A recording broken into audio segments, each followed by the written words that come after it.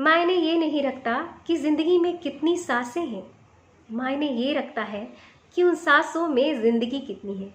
आज की कहानी 24 वर्ष के एक ऐसे वीर सैनिक की कहानी है जिसने इतनी कम उम्र में इतिहास रच दिया।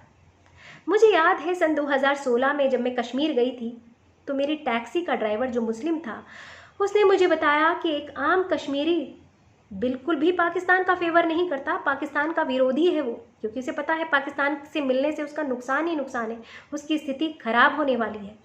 मगर पाकिस्तान हमेशा इस सरजमी पर कब्जा करने की कोशिश करता रहता है और इसके लिए वो यहाँ के गरीब परिवार के लड़कों को बहकाता है, उनके दिमाग में जिहाद का जहर भरता है, पैसे का लालच देकर उन्हें ले जाता है, उन्हें ट्रेनिंग देता है और हमारे बच्चों का सहारा लेकर हमारी ही सरजमी पर वो उत्पात फैलाता रहता है। उसने कहा कि जब यहाँ कश्मीर में बाढ़ आई थी तो भारतीय सेना ने अपनी जान पर खेलकर लाखों लोगों की जान बचाई थी। अगर वो ना होते तो न जाने कितने लोगों ने अपनी जान गंवाई होती।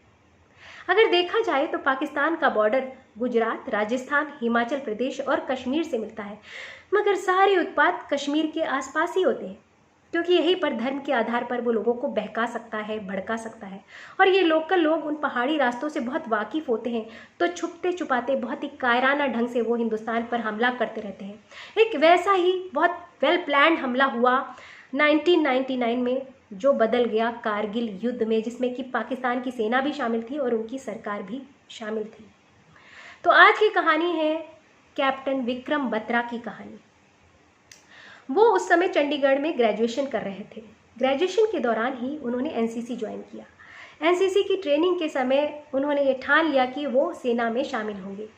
इस ट्रेनिंग में उन्हें बेस्ट कैडेट का अवार्ड भी दिया गया। ग्रेजुएशन कंप्लीट करने के बाद उन्होंने सेना का एग्ज़ाम दिया, उनका सिलेक्शन हुआ। देहरादून में ट्रेनिंग करने के बाद जम्मू के सोपोर इलाके में उन्हें पोस्टिंग मिली एज ए लेफ्टिनेंट। 1999 में उन्होंने कमांडो की भी ट्रेनिंग ली। कमांडो की ट्रेनिंग के बाद वो अपने एक मित्र के साथ छुट्टी मना रहे थे। छुट्टी के दौरान ही कारगिल युद्ध छिड़ गया, तो उनके मित्र ने कहा, सुना तुमने, कारगिल में लड़ाई हो रही है, हमें जाना पड़ेगा। उन्होंने कहा, बिल्कुल जाएंगे, झंडा लहरा कर आएंगे, नहीं तो झंडे में लिपट कर आएंगे। ऐसी बहादुरी। 1 जून 1999 को उन्हें अपनी टुकड़ी के साथ एक बहुत ही महत्वपूर्ण चोटी को पाकिस्तान के कब्जे से छुड़ाने के लिए भेजा गया। ये चोटी स्थित थी श्रीनगर लेह मार्ग पर।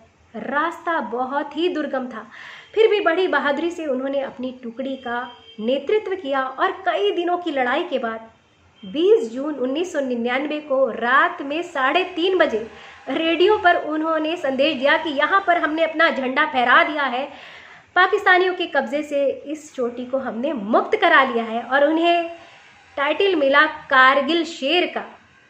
उन्होंने कहा, ये दिल मांगी मोर, मुझे और टास्क दिया जाए। वो मीडिया में छा गए, उनकी टीम की मीडिया में फ़ोटो निकली। इसके बाद उन्हें एक और दुर्गम चोटी को छुड़ाने के लिए पाकिस्तान के कब्जे से भेजा गया। मगर ये जो दुर्गम चोटी थी, इसकी ढलान बहुत खड़ी थी, बहुत सकरी थी और चारों तरफ से दुश्मन ने नाकाबंदी कर रखी थी। इस चोटी को छुड़ाने के लिए भी उन्होंने बहुत ही प्लानिंग से काम लिया, मगर इसको छुड़ाने के लिए उन्हें दुश्मन के सामने जाना पड़ा। आमने सामने की लड़ाई हुई यहाँ। जब आमने सामने गुत्थम गुत्था हुई तो 5 दुश्मनों को उन्होंने मार तो गिराया, मगर वो खुद भी बहुत ज़्यादा जख्मी हो गए। जख्मी होने के बाद वो ज़मीन पर रेंगने लगे। रेंग कर उन्होंने ग्रेनेड से हमला किया दुश्मनों पर और नतीजा ये हुआ कि आसपास के जितने दुश्मन थे वो सारे मारे गए, लेकिन वो भी वीर गति को प्राप्त हुए। इस तरह अपने लीडर को जाता हुआ देखकर उनकी टीम बहुत जोश में भर गई और आगे की लड़ाई उसने लड़ी और इस चोटी को भी दुश्मनों के कब्जे से छुड़ा लिया।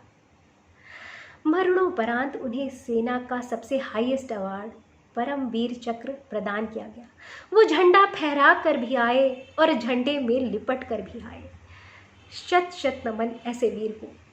जब कोई फिल्मी एक्टर जाता है तो वो नकली ड्रामा करता है, लड़ाई लड़ने का, नकली प्यार का, और उसे मीडिया इतनी कवरेज देती है। ये रियल लाइफ हीरो जो कि सच में इस देश की रक्षा करते हैं, अपनी जान पर खेल जाते हैं, इन्हें भी मीडिया इतनी ही कवरेज दे तो शायद हम इसे जागरूक मीडिया कहेंगे।